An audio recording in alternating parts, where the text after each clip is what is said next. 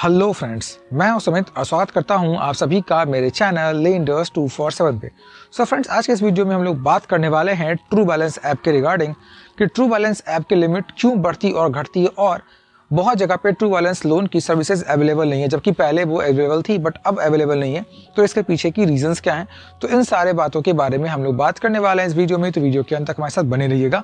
But इससे पहले मैं वीडियो में आगे चलूँ, अगर आपने अभी तक चैनल को सब्सक्राइब नहीं किया है तो चैनल को सब्सक्राइब कर लीजिए, इस वीडियो को लाइक और शेयर कर दीजिए और हमारे लिए कोई सजेशंस हो तो कमेंट बॉक्स में कमेंट जरूर कर दीजिएगा। आने वाले वीडियोस में डेफिनेटली मैं आप कमेंट्स को कंसीडर करूंगा। तो दोस्तों, बात करते हैं ट्रू बैलेंस ऐप के बारे में। तो अगर आपने ट्रू बैलेंस ऐप पर अकाउंट क्रिएट कर लिया है तो अच्छी बात है, लेकिन अगर आपने अभी तक यहाँ पर अकाउंट क्रिएट नहीं किया तो डिस्क्रिप्शन बॉक्स में दिए गए लिंक पर जाकर अपना अकाउंट आप क्रिएट कर सकते हैं ट्रू बैलेंस ऐप पे। और अगर आपने हमारे रेफरल लिंक का इस्तेमाल किया अपना अकाउंट क्रिएट करने में तो आपको भी 100 रुपये तक की बेनिफिट यहाँ पे इजीली मिल सकती है। तो जब आप इस ऐप को इंस्टॉल कर लेंगे तो उसके बाद आपको केवाईसी डन करनी पड़ेगी। और केवाईसी डन करने के लिए बहुत ही सिंपल है, आपके पास सिर्फ आपका पैन कार्ड और आधार कार्ड होना चाहिए और आपके आधार कार्ड के साथ आपका मोबाइल नंबर लिंक होना चाहिए, क्योंकि यहाँ पे सारे जो प्रोसेस हैं वो डिजिटल होती है, यानी कि बिल्कुल पेपरलेस होता है।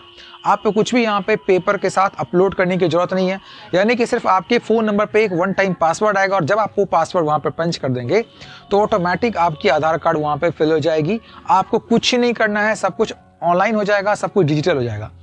इसके अलावा आपको वहाँ पे आपकी सेल्फी अपलोड करनी पड़ेगी। जब आप ये सारी चीज़ें कर देंगे तो आपको आपका एक बैंक अकाउंट वहाँ पे लिंक करना पड़ेगा और जब ये सारे काम आप कर लेंगे तो आपकी केवाईसी कंप्लीट हो जाएगी। और जब केवाईसी आपकी कंप्लीट होगी तो आपके सिविल स्कोर के अकॉर्डिंग, या आप यूँ कह सकते हैं कि आपके जो भी पेमेंट हिस्ट्री है उसके अकॉर्डिंग आपको लोन की ऑफर्स मिल जाएंगे कि आपको ये ऐप जो है वो कितना लोन प्रोवाइड करेगा। और अगर आप फिर लोन लेना चाहें तो आप वहाँ से लोन इजीली ले सकते हैं।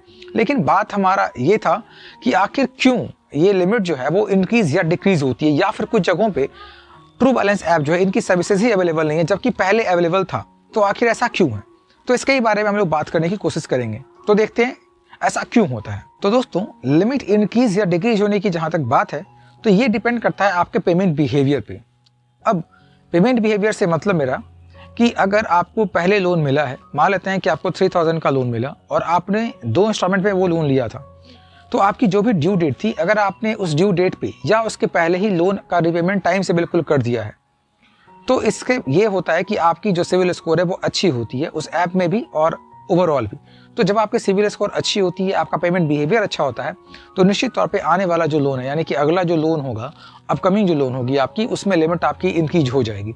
लेकिन अगर ऐसा नहीं है, इसका रिवर्स है, यानी कि आपकी पेमेंट बिहेवियर जो है वो अच्छी नहीं है या आपने थोड़ी सी गड़बड़ कर दी। जैसे मान लेते हैं कि ड्यू डेट आपका 3 तारीख को था, आपने 5 को पैसे जमा किए। इससे क्या होगा कि आपका जो क्रेडिट हिस्ट्री है वो थोड़ी सी डाउनफॉल होती है, आपकी जो यहाँ पे बिहेवियर है, पेमेंट बिहेवियर, वो खराब होती है।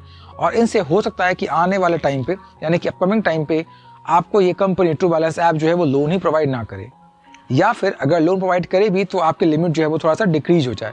तो लोन लिमिट का डिक्रीज होना या फिर इंक्रीज होना ये डिपेंड करता है सिर्फ और सिर्फ आपके पेमेंट बिहेवियर पे, इसके अलावा और कोई भी फैक्टर नहीं है। अब दूसरा सवाल हमारा ये था कि आखिर क्यों बहुत जगहों पे हमारा ट्रू बैलेंस ऐप जो है वो लोन फिलहाल प्रोवाइड नहीं करवा रहा, इसके पीछे की वजह क्या है।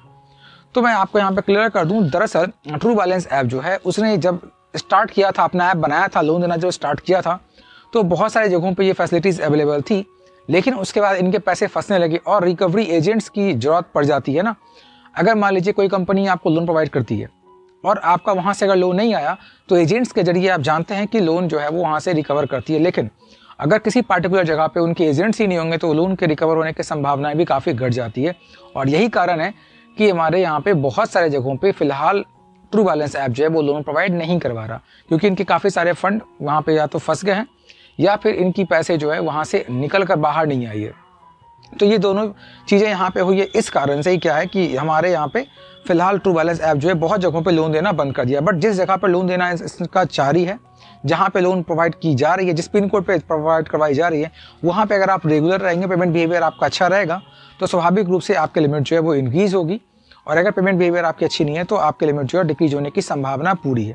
तो मैं उम्मीद करता हूँ कि आप लोग जहाँ पर हैं वहाँ पे शायद ट्रू बैलेंस ऐप जो है वो आपको लोन इजीली प्रोवाइड करवाए।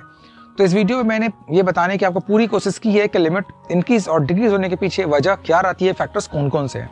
तो अगर आपको वीडियो अच्छा लगा तो वीडियो को लाइक कर दीजिएगा, इससे अपने दोस्तों में शेयर कर दीजिए। और अगर अभी तक आपके अपने चैनल लेंडर्स 247 को आपने सब्सक्राइब नहीं किया है तो चैनल को सब्सक्राइब जरूर कर लीजिए। Thank you for watching.